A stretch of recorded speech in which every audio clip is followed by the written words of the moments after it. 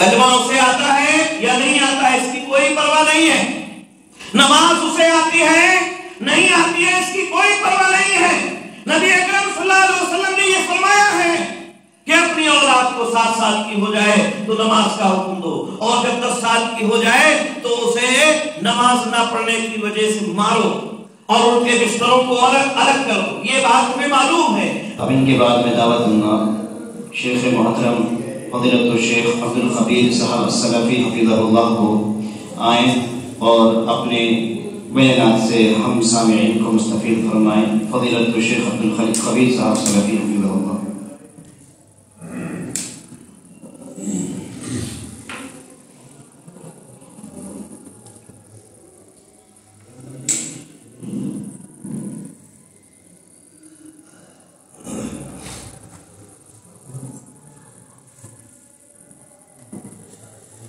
السلام علیکم ورحمۃ اللہ وبرکاتہ۔ ان الحمد للہ والصلاة والسلام علی رسول اللہ، اما بعد۔ اعوذ باللہ من الشیطان الرجیم، بسم اللہ الرحمن الرحیم۔ ومن الناس من يتخذ من دون اللہ اندادا يحبونهم كحب اللہ والذین آمنوا اشد حبا للہ۔ محترم حاضرین کرام، علماء کرام اور عزیز بچوں، قرآن مجید کی ایک آیت کریمہ کا ٹکڑا میں نے آپ حضرات کے سامنے پڑھا ہے، اس کی روشنی میں چند باتیں آپ حضرات کے سامنے رکھوں گا۔ اللہ رب العزت سے دعا ہے مجھے حق بات کہنے کی اور ہم سب کو اس پر عمل کرنے کی توفیق عطا فرمائے۔ بدائیوں میں جو باتیں کہی گئی تھی، ہمارے جو بھائی پہنچے ان کو معلوم ہے، اسی سے تھوڑا سا آگے بڑھا کر کے میں بات کروں گا انشاءاللہ العزیز۔ سوال یہ ہے کہ گناہ کبیرہ جس کے بارے میں آپ نے شیخ سے مدلل سنا، اس کی نوبت کیوں آتی ہے؟ انسان گناہ کبیرہ کا مرتکب کیوں ہوتا ہے؟ کیوں وہ گناہوں کی زندگی چھوڑ کر کے نیکیوں کے راستے پر نہیں چلتا ہے؟ یہ ایک اہم اور بنیادی سوال ہے۔ اگر ہم اس سوال کی تہ میں جائیں اور غور کریں تو اس کا صرف اور صرف ایک سبب بنیادی طور پر نظر آتا ہے، وہ یہ کہ ہم نے اللہ سے اپنے تعلق کو ختم کر دیا ہے۔ اللہ سے جو تعلق ہمارا ہونا چاہیے، دین سے، رسول اکرم صلی اللہ علیہ وسلم سے جو تعلق ہمارا ہونا چاہیے، وہ تعلق میرے بھائیوں ہم نے ختم کر دیا، اس لیے ہم گناہوں کی طرف گرتے چلے جاتے ہیں۔